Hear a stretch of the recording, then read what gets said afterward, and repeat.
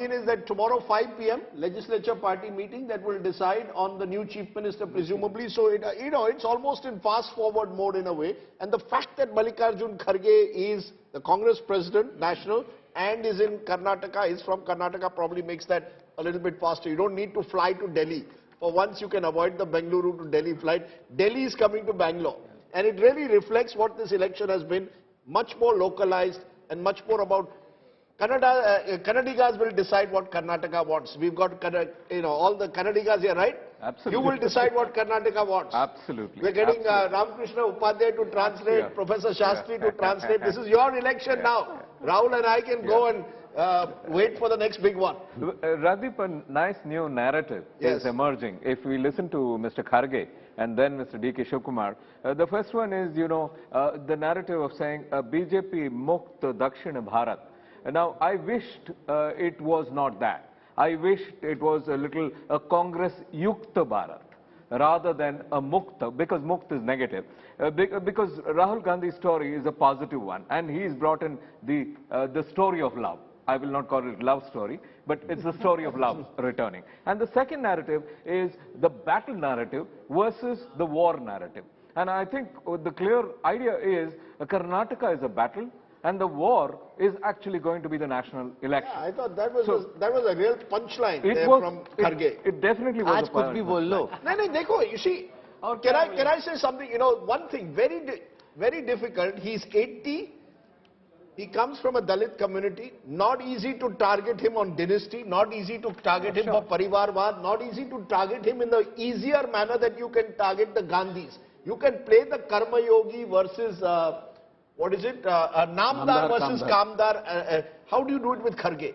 Not so easy. Plus, I am also son of the soil. Yeah, absolutely. In Karnataka, I am the son of the soil. But all across India, the powerful imagery of a Dalit as the Congress president is far more powerful in my view than a dynast as the Congress president. This is the defining image today, live images of all these Congress leaders holding their hand up after a big victory. The defining image last time was H.D. Kumaraswamy being sworn in, from Sitaram Yechuri to Rahul Gandhi, all of them holding each other's hands. So some of these defining images can be very misleading. Sure, but in many ways, Ashok Malik, would you agree that, when you see those images and Mallikarjun Kharge saying, I'm now going to fight the war, Rahul is right that this is your big moment, you can get away with saying what you want, but beyond that, do you see him as the kind of person who could be an opposition face, since we keep looking for one?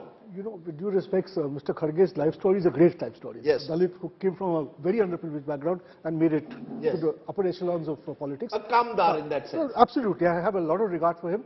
But let's face it, if you're positing him against Narendra Modi, he doesn't have the All India appeal yet. He's hardly known in the country. He's respected by those who know him. But I think bring all these opposition leaders together, you think, Ashok Malik, more effectively than, say, Rahul Gandhi could? Perhaps he can have a conversation with them. There are two competing imperatives here. One, there is obviously a need for greater opposition unity, but there's also going to be a push by the Congress to project itself more, especially as it goes into elections where it's taking on the BJP. No, but he'll be more reasonable to talk to Sandeep Shastri from the perspective of the likes of a Nitish Kumar and the others than having to deal with one of the Gandhis. That's I think a fair point to make, that given Kharge's image, given Kharge's history, given Kharge's experience, he is somebody who would be able to be a better spokesperson for the group.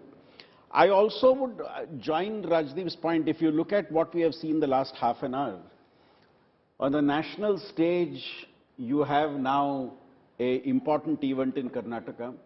70% or 80% of the conversation which went on was in Kannada, and something which I think at the national level we saw. Maybe this is a new script of politics that is coming, that we need to take into account different identities across the country, different languages across the country, and the contribution that each of them is making to the larger national canvas that we have. That, I think, is an important lesson for me, which came up in the last half an hour. This entire language of vocal for local came from Prime Minister Modi ji, and to an extent now it seems to be local for local. And that seems to be the message which seems to be getting into some of the states, particularly in the south of the country, particularly when you talk about Dravidian politics, whether you talk Tamil Nadu, whether you talk Andhra, whether you talk Telangana, or you talk Karnataka, or anywhere else.